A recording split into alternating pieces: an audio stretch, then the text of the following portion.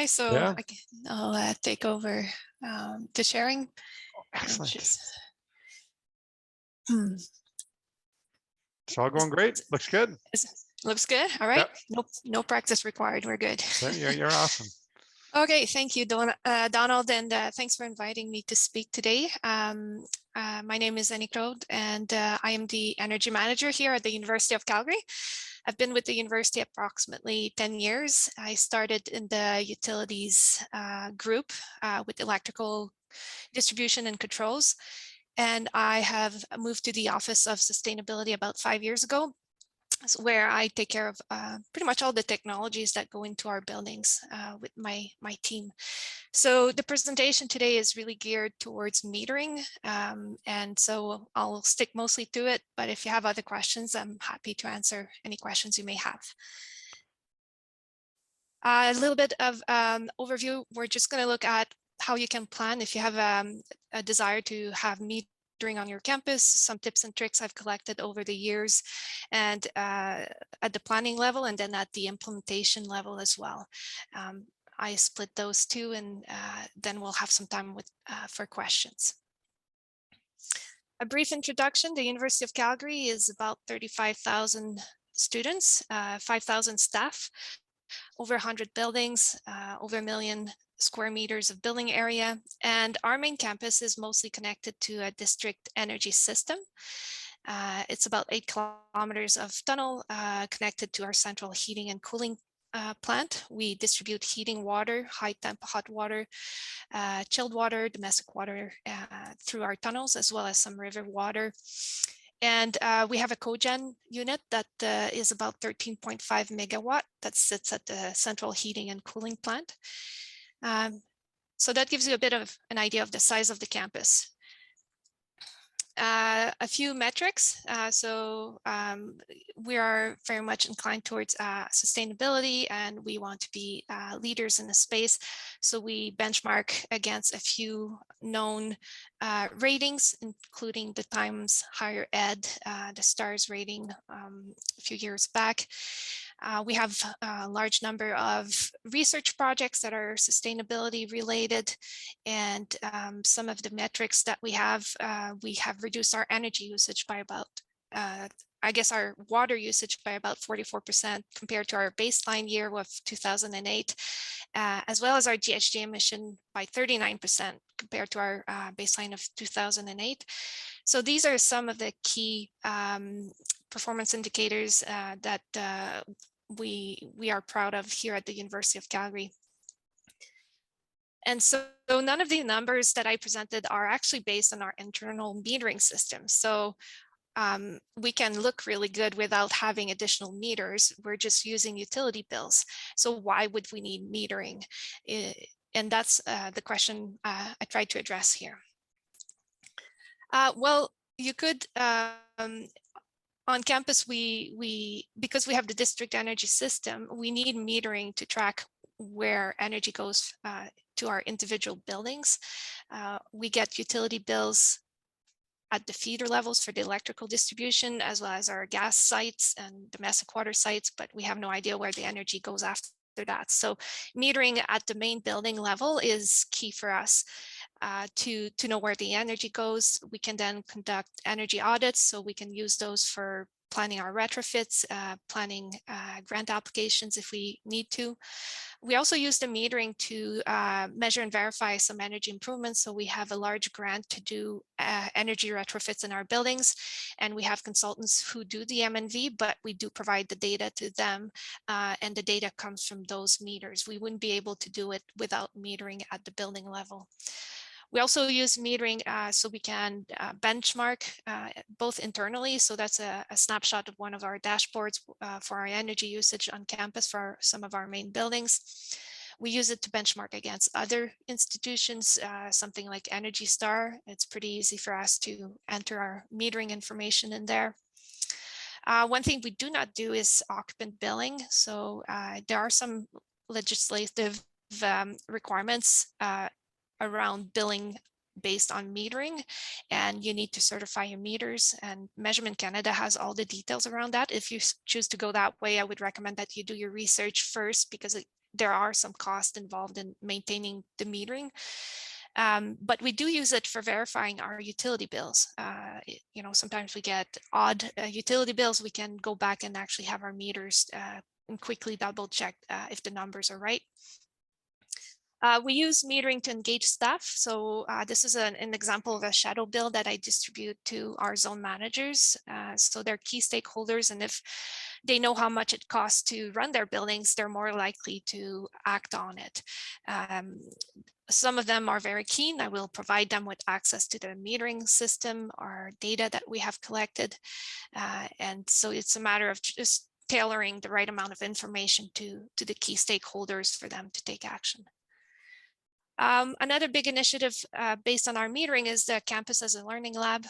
This is an example of a project that we did with a student, a PhD student in the computer human interaction lab, and she built a map of energy usage, and it's a 3D map that was sitting on an interactive table, so it was pretty cool to see the color of the buildings glowing based on energy usage. So that's just one of the multiple projects going on campus based on energy data.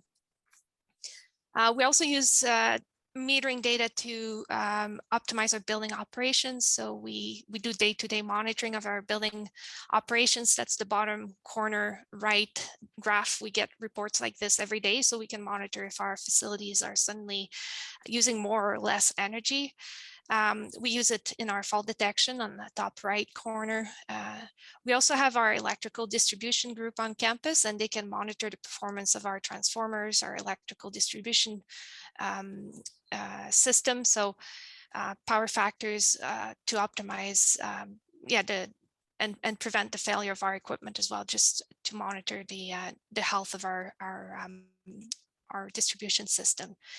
We don't do time of day usage, but I've been contacted a few times now by vendors selling modules that can help with optimizing when you use your energy throughout the day.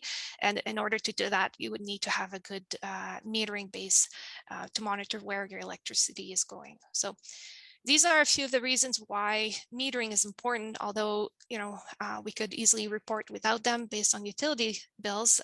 These I find are very helpful when you try to justify why you would invest in metering.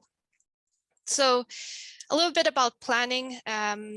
Before joining the university, I was a software developer for close to 10 years and very much geared towards user interface and user interaction with software. So you'll see a lot of that flavor in my presentation today. And again, it's based on my experience, and hopefully you find some tips and tricks in there for you. So first, have a plan. If you're choosing to meter, no matter how big or how small, you have to be able to share the vision of where you're going with your metering system.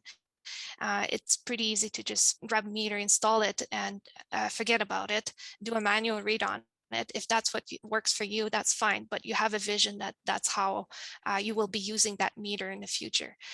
It's a lot easier to articulate what you're doing once it's clear for yourself, and then you can better apply for funding as well. So look at all the whys you're doing it, and also it helps you make decisions regarding the system architecture.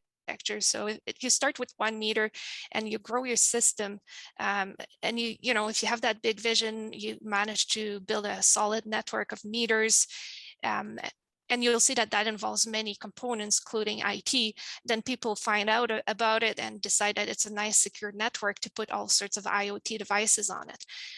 It may or may not work for you, but if you have, again, that clear vision of what your system is for and how it's being used, you can make a better decision whether or not you will accept other devices on your network and how you can manage IoT around all your metering system. So this doesn't grow out of control.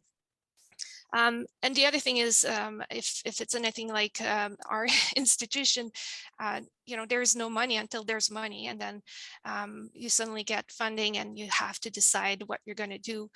And usually it's fast, and you want to spend the money at the right place. So having that plan helps you establish your priorities up front. Make sure that when you do get some funding, you know exactly where you're going and what you're doing. That helps a lot. And even better if you have everybody else in your institution on board with what you're doing. So that's the high level plan. So I'll give an example with our institution. We have a greater goal of carbon neutrality. We have established a climate action plan.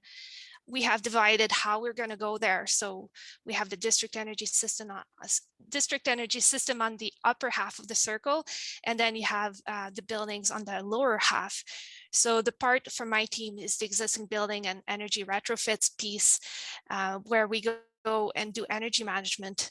And we have a clear goal to reduce our GHG emissions by 7,000 tons by 2030 through energy management practices. So I'm using everything that our strategic plan outlines. I'm speaking the lingo of the executive, and I am reaching for the goals that are set by the institution. And the reason I'm metering is to reach those goals. So in order to do that, I need to establish who needs to see what to make good decisions and advance the institutional goals.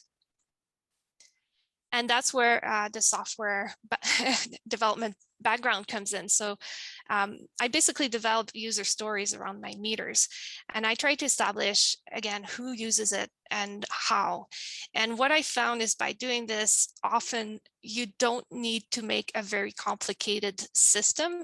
You can reach your goals through very simple ways of doing things.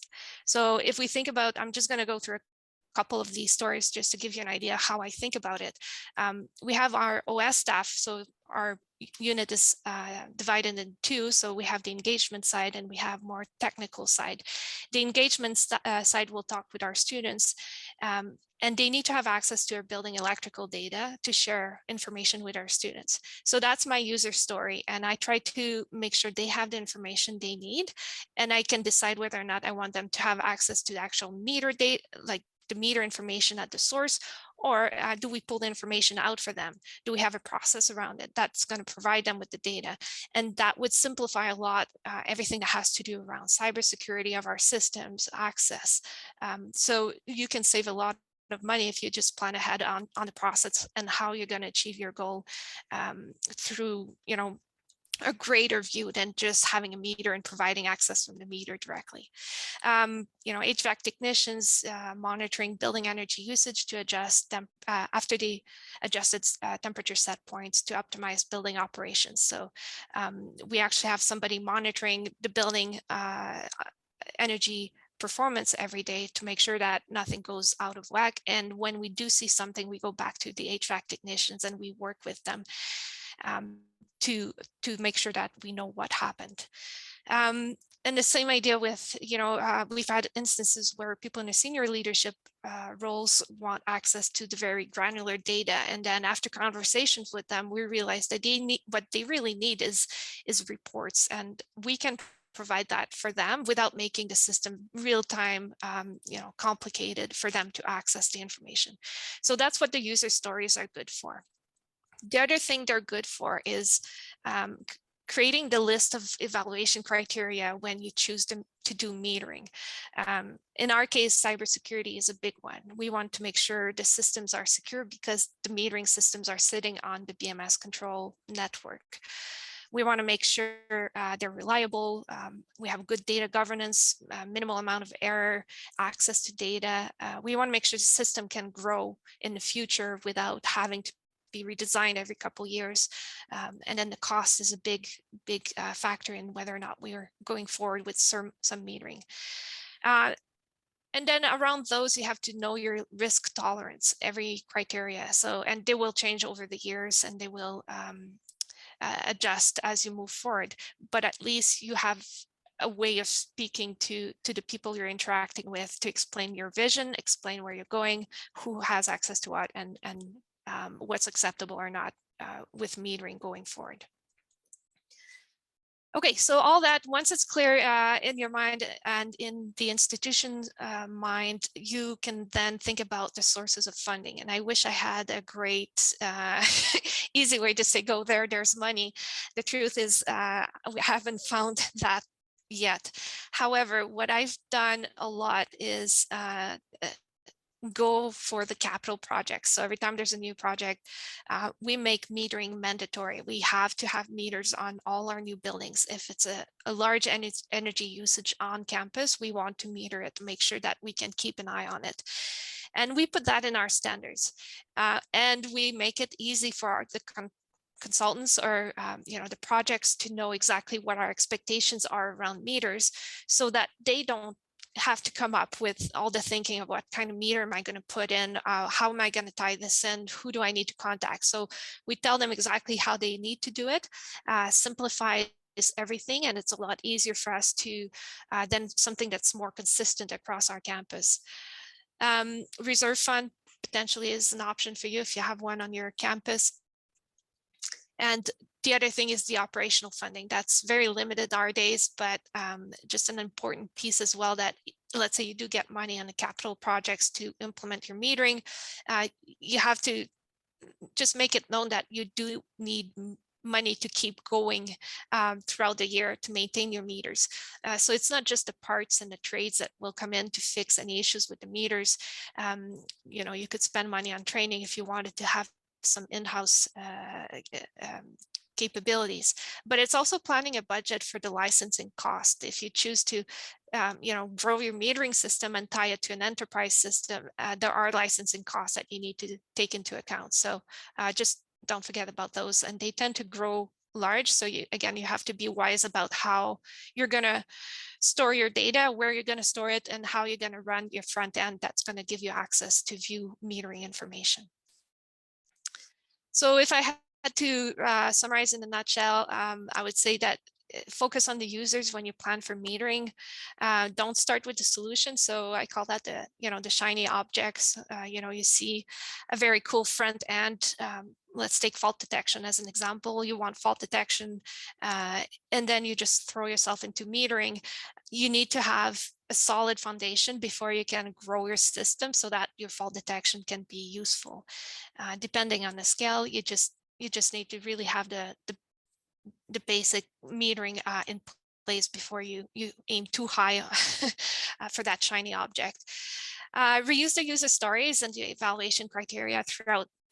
I've been using them for 10 years here at the university, the same concepts and they've changed, they've evolved, but I always go back to how we're using the meters at a higher level.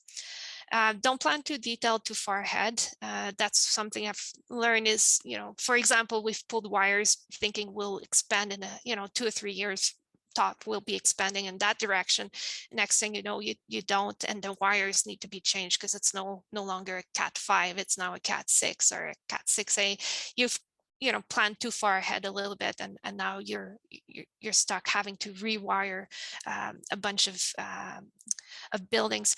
So I would say the high level planning you can do further ahead, but that technical planning, actual implementation, just stay within a couple of years. Otherwise you could be having set yourself back a little bit. Most importantly, do share your plan. That's very important. Okay, so let's say you do have funding and you have a plan and you want to implement some metering. So looking at the poll, I'll try to talk about relevant meters to the group. We do have high temp hot water and chilled water. I didn't see anybody else mark that on their list, but we'll go through a few of them. We have about over 200 meters, heating, water, cooling, natural gas, water meters, domestic water meters, over 200 electrical meters on campus. There's a few examples here. So we actually have a little bit of steam as well. On the left, that's a steam meter for our hospital buildings. We have in the center there, you'll see the 2 temperature sensors in front. You see the box on the post there, that's our BTU meter. And there's very far back, there's a blue box, that's our flow meter. So that's a system to monitor chilled water, again, in the hospital buildings. We have on the right side just an electrical meter, which we have quite a few. We'll go through a few of them. The meters are part of, I call it a bigger ecosystem. We call it the Energy Management Information System. So you'll recognize that term from ISO 50001. We took bits and pieces from it and implemented some parts of the ISO standard. Metering is sitting really at the core of energy management. It's sitting, and I split my system in 3 layers. So you have the building system layer, and you have then the communication layer and the application layer. The system layer in the building includes all the controllers for our BMS system. It includes all our metering system.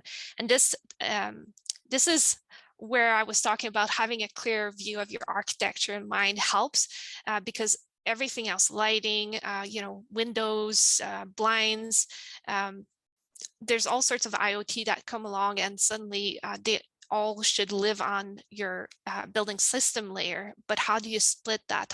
Who takes care of what?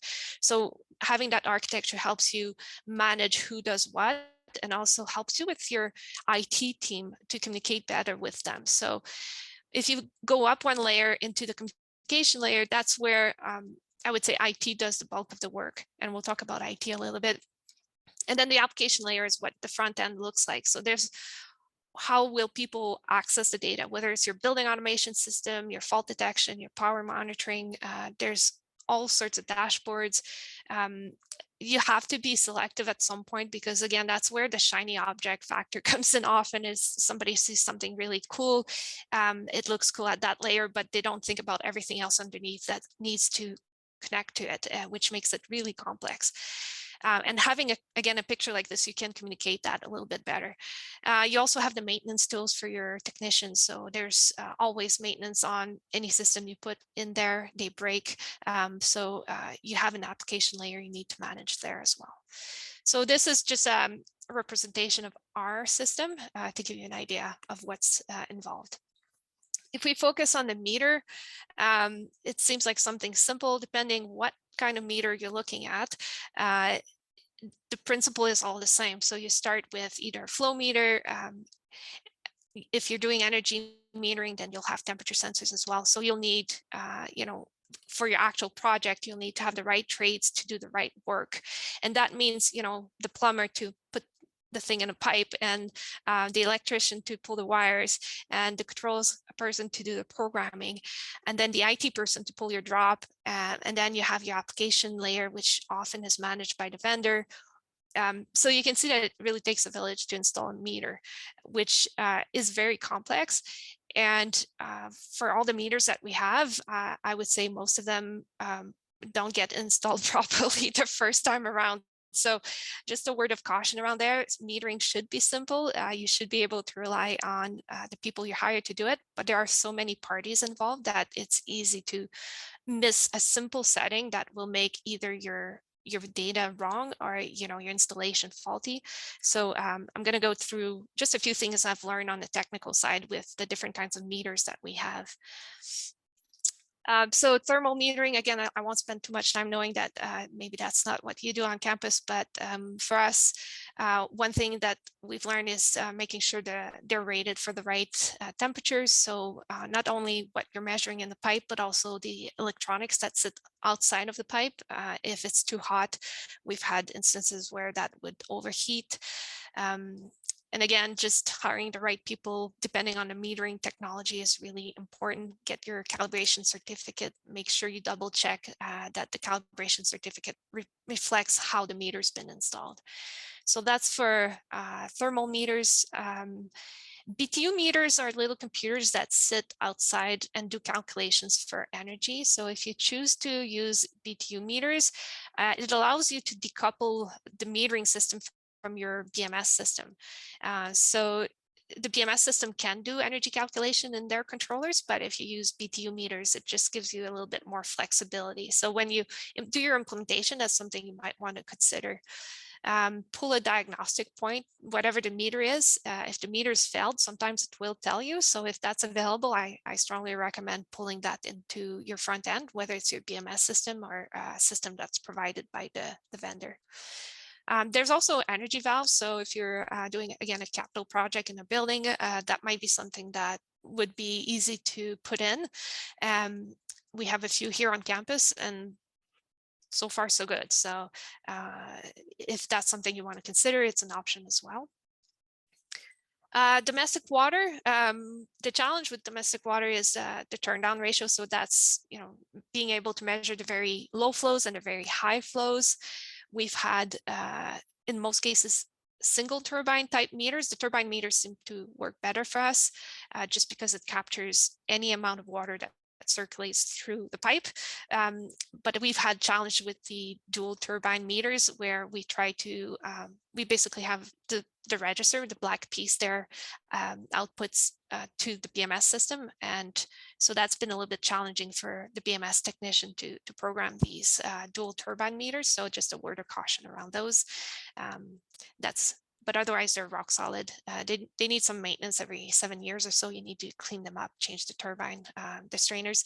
So that's another thing when you plan your metering system. If you don't want any interruptions, you can choose to, put a bypass for 0 interruptions, or you could put a spool piece, which we've done in a few places.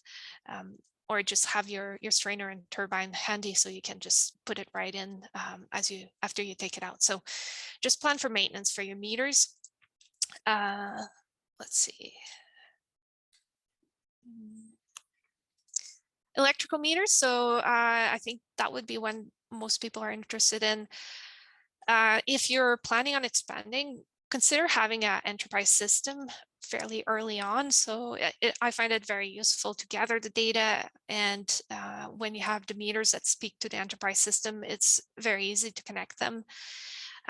What I would recommend early on is to have a standard around your electrical meters for what measurements you want to trend and then the intervals you want to trend at, because they can easily put templates in the meters and you have very consistent data coming out of it.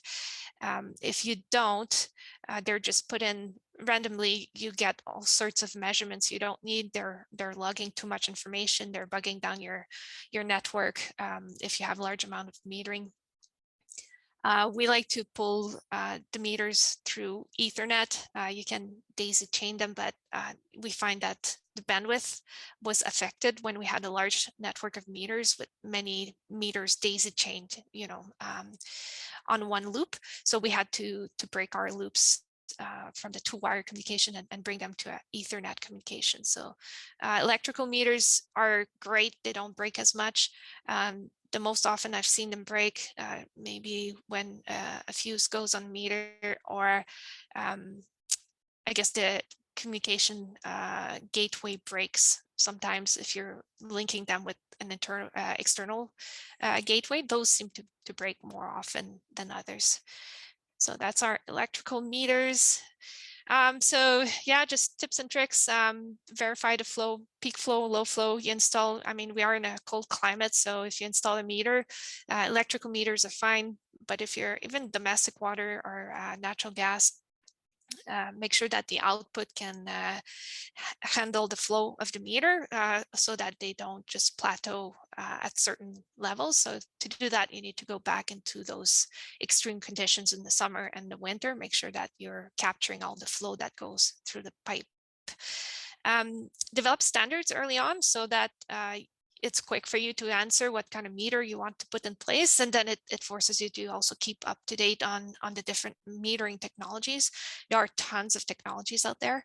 And what works for us doesn't mean that it's going to be the right answer for you. We talked a little bit about some meters in our breakout group. Somebody said, it's extremely costly, and I have to agree. I would say a word of caution is there are some ways electrical meters, maybe you can do something like a tenant type meter where you have your donuts for your different outputs from your electrical panel, rather than have, physical meters for each feed in the building. Try to limit the amount of sub-meters. Even if the capital projects pay for it, you have to maintain them, and it's extremely costly to maintain down the road when they break. If you're doing BACnet, have a strategy for BACnet addressing so you avoid conflicts. So those who know BACnet will probably know what this means.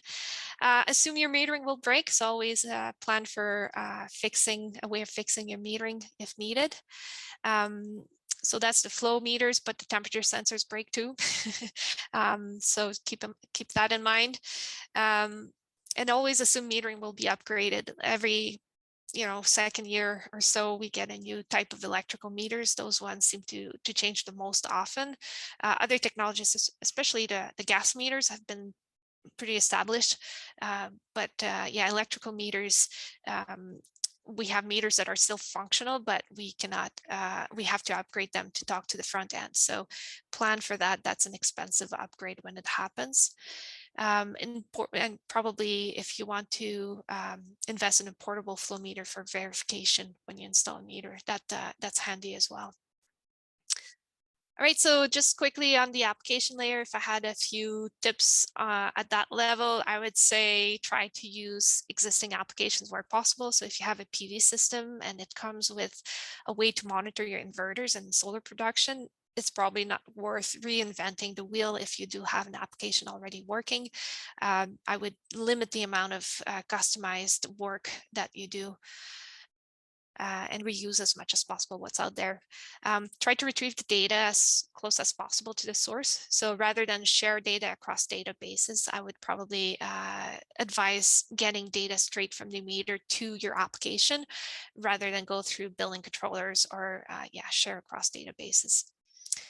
And that allows you to separate your systems, because if you start pulling data across databases and building ETLs and custom programming, you'll find that when you do an upgrade of one system, everything else is impacted. It's very expensive to do. So just set yourself up for success and try to limit how much you share across different applications where possible.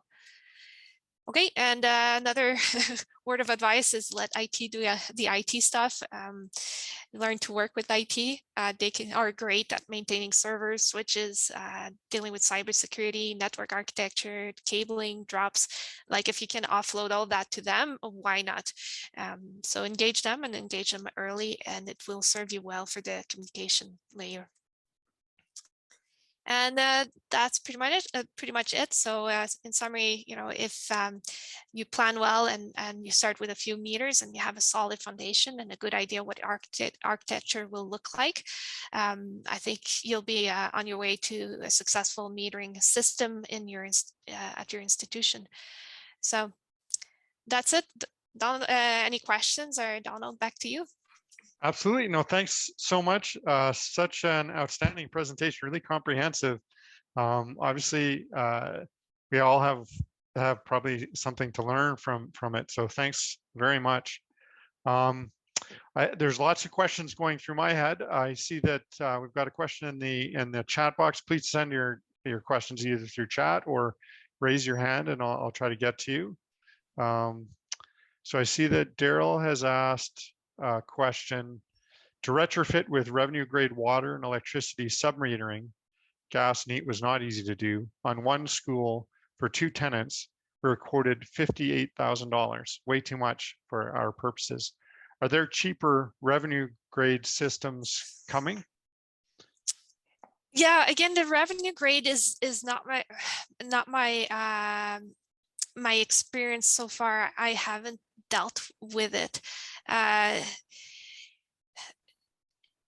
It seems in line, depending on the pipe size, and depending if you don't have a front end that's established, it can be that expensive.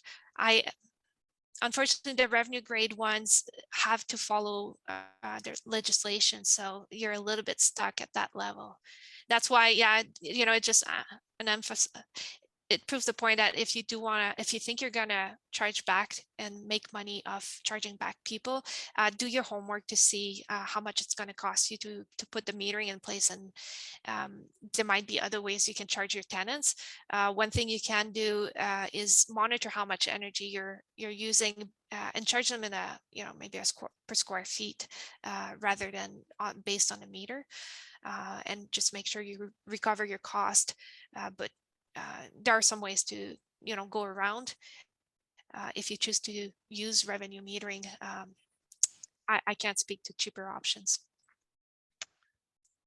Yeah, no, I think that the range of types of equipment is so great, so it can be difficult. I mean, you can go at problems with many different solutions.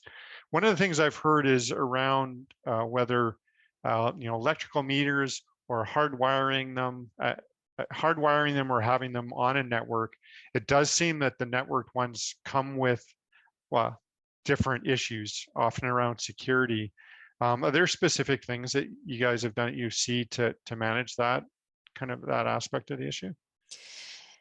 Yeah, so we have created a BMS network that is separate from everything else. So our electrical meters are, for the most part, Ethernet linked to our BMS. So it's a VLAN that is sitting on our switch with a firewall that just keeps everything internal.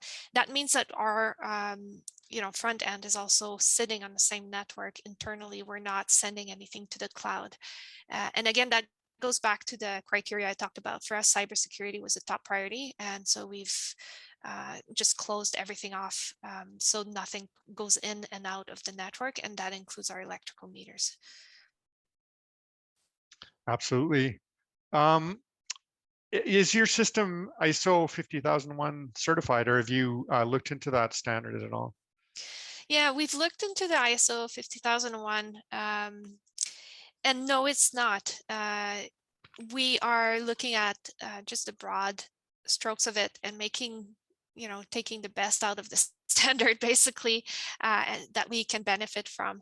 And the energy management information system concept was taken straight out of it. And we're building our energy management manual to try to optimize the use of our information system for our occupants and our staff. So we are using some principles of it, but we are not certified. Yeah, I mean, their principles can be such a good guide to avoid issues, I can imagine. In terms of the standards that you're able to follow, or that you've developed to follow, could those be somewhat applicable or adaptable to other situations?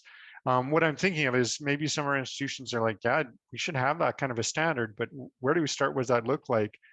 Would it be possible maybe to share, something that's going to be really common and give people that kind of perspective that you guys have developed? Yeah, absolutely. They're actually on our public website. And so we could just Google the University of Calgary design standards. And I think it's under systems and performance, section 5. You'll find a number of items regarding metering. Excellent. Well, that's great. I am going to share, I've got a post kind of meeting um, poll. If you guys can take a look at that, that would be great. I think if there's any other questions, please come forward with them.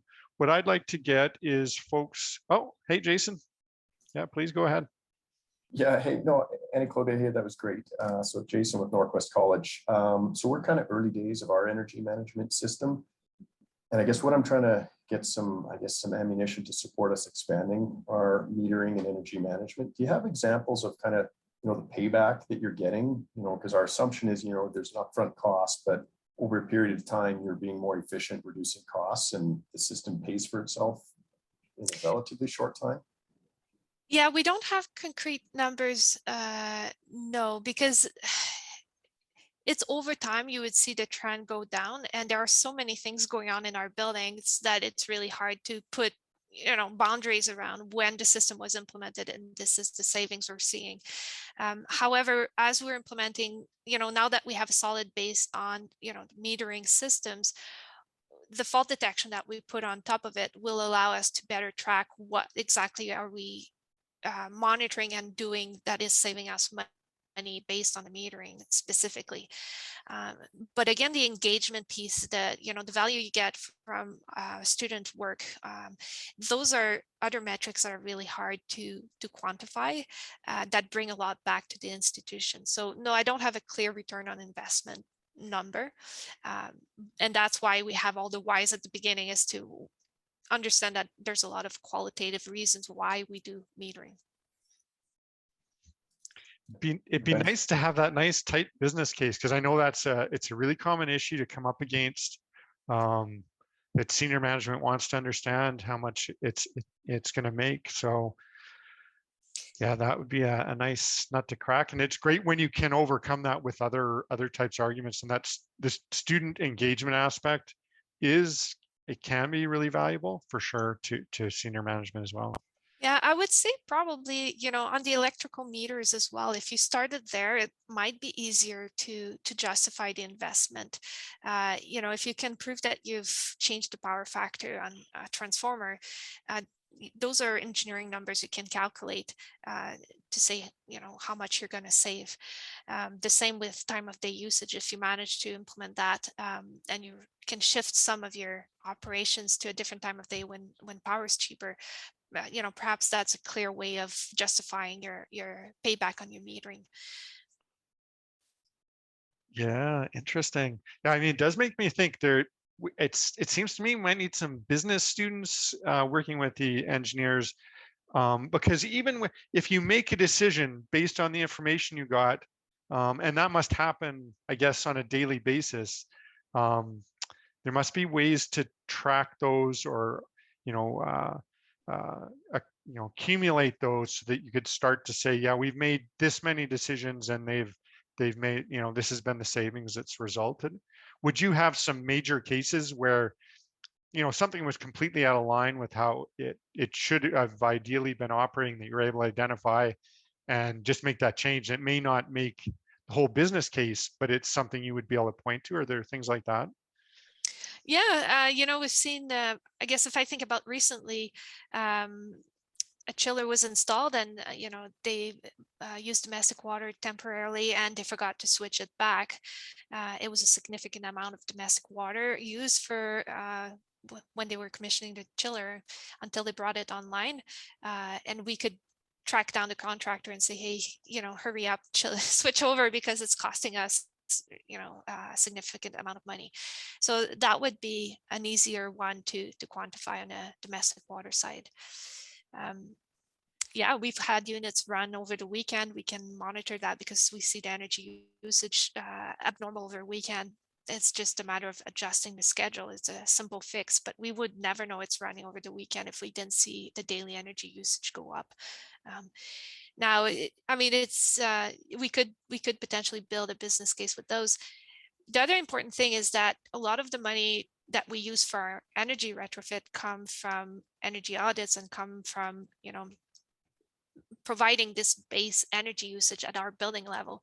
If we didn't have metering, we simply could not apply for those grants. So you can look at it from that point of view as well. If you want to bring in money externally, you need to have those numbers. How much is that worth? It's quite a bit for the institution, I believe. Excellent. Yeah, no, that's excellent answer. Appreciate that. I think we're going to go to now is might go around the room a little bit, or if you can put your thoughts in the chat as well. What are you taking away from today? I just wanted to give you a chance to unmute or share in chat what, if there's something specific, just one thing that you're taking away from this presentation. I think we covered a lot of material that was quite interesting.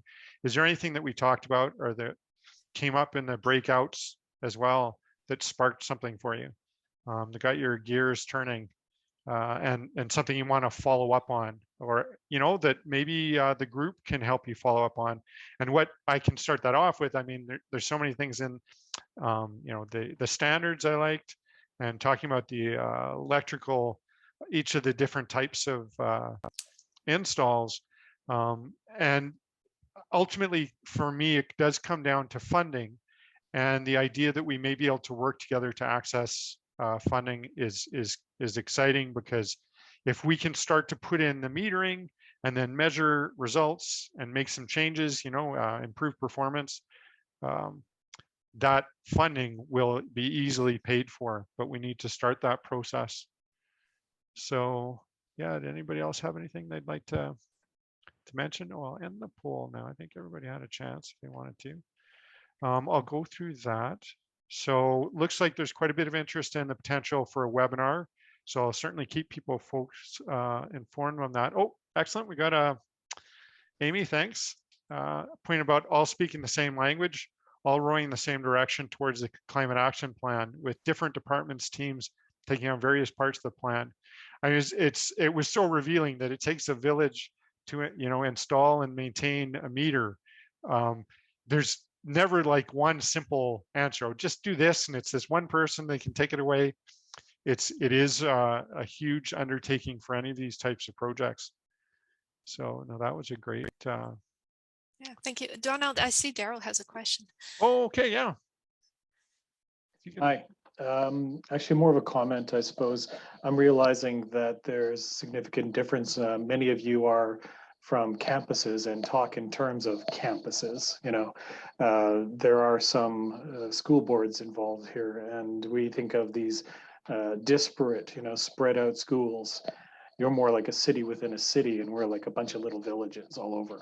But one of the differences is the way we operate, and I'm not sure if everybody's aware of this, but I sit in the kind of the environmental group. There's only a couple of us, but over there in the maintenance facility, there's the maintenance folks, the controls group, the people that actually look at all those meters and program the BMS systems. And then another part of that maintenance shop is the project management group, who are involved in, well, what you'd expect, So we have these little, I hate to use the word again, but silos comes to mind. And I just wonder if any other groups have had changes in their structure, like working groups or other ways of pulling these various silos together. So kind of addresses what Amy, I think, was referring to, so that everybody's reading from the same hymn book, that we're all singing the same song. Anybody have experience in pulling them together, and what methods, what structures? I can maybe just again mention, I started in the energy and utilities group, and that's a little bit of what we had, right? Is siloed metering. I was looking after very specific things. By moving to the Office of Sustainability, I had to change my language. I had to change the way I look at metering so that I open it up to everybody else in the institution. Before then, it was our metering and it was our BMS control and it was ours. and it's just not possible to do anymore. So our structure has changed in order to break the silos. Wow. Yeah, that is so excellent. Yeah, and it's a hard process. I was going to say painful. Sometimes it can be, but to be able to get this work done, you do need to engage so many different folks, and it takes a lot of time. So yeah, I mean, one of the points in the chat was that more of our campuses or institutions need to consider hiring energy managers because they can see all the value that's added. It's become definitely its own specialization. It's got so much going on in it. So yeah, I think that's something that's happening more and more commonly. And there is often funding, maybe not often, but there's opportunities to hire energy managers using external funding in some situations. So that can be quite valuable. MCCAC has money for energy managers. I think you may be thinking of that one. That's Yes. Typically municipalities, and unfortunately we don't get to dibs into that. No, I'd like to see someone else taking on that same kind of approach there, that we could access that. Yeah, oh, excellent. That's exactly what I was thinking of.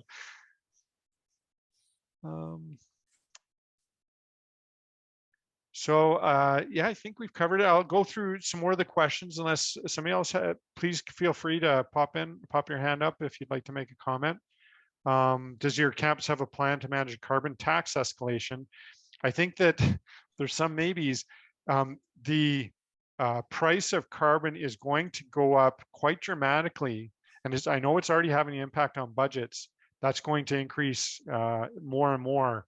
So all these types of energy management processes will become more and more valuable. And that business case kind of that you're talking about, Jason, will become more evident when we triple that carbon tax. So that's something probably to keep in mind and discuss it in discussions with when you're trying to access funding. Does your campus have a plan to implement billing, metering, and benchmarking to improve efficiency? Some do, not all. Again, I encourage you to do that. in managing greenhouse gas reporting requirements.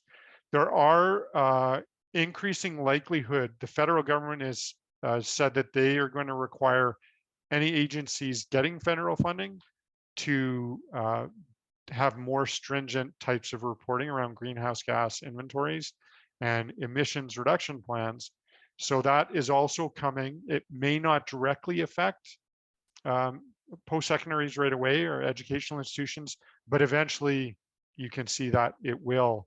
So it's always a better place to be in, prepared to do that reporting, be prepared to manage those coming costs rather than waiting till it happens. And I understand we all have limited resources, but it's certainly something to keep in mind. And thanks for your feedback on the quarterly topics. Funding looks like it gets some good support. And so do some of the other ones, campus net zero plan. So thanks for that. Yes, Robert, thanks for that. The big question is how the carbon tax on gas will filter through to the power market. Yeah, that is likely to be coming. I'm not sure if everybody has any insight into that, but we'll certainly be thinking about it. And I can try to find some resources on that. Yeah, I agree. Anyways, I think that this has been great. We're coming to our time, and thanks again so much, Annie-Claude. It's a great discussion that we've been able to have, and appreciate everybody making time to meet. As I've said, I think if you want to, you can stay on the call. We're expecting to have that representative from renewable energy come and talk to us, but I totally understand, you know, if you're not able to.